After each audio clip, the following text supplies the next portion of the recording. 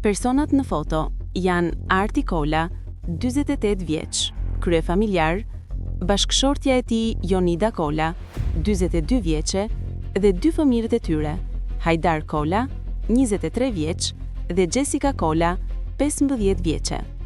4 antarët e familjes shqiptare humbën jetën mbrëmjen e kaluar në qytetin e Lucas, në Itali, si pasojë e asfiksimit nga gazi brenda banesës së tyre, në një ngjarje që ka tronditur komunitetin shqiptar dhe opinionin publik.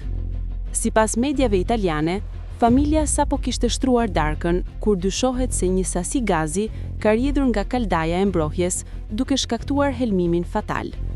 Alarmin e ka dhënë vëllai i Arti Kolës, i cili pasi nuk mori përgjigje pas disa trokitjesh në derë, njoftoi karabinierët.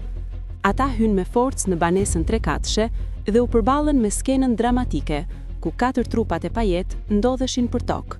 Si pasojë e ekspozimit ndaj gazit, edhe xhaxhai i fëmijëve humbi ndjenjat dhe u transportua me urgjencë në spital.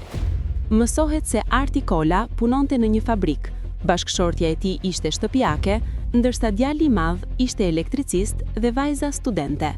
Banesa ishte blerë rreth 3 vite më parë dhe ishte restauruar pjesërisht nga vetë kryefamiljari.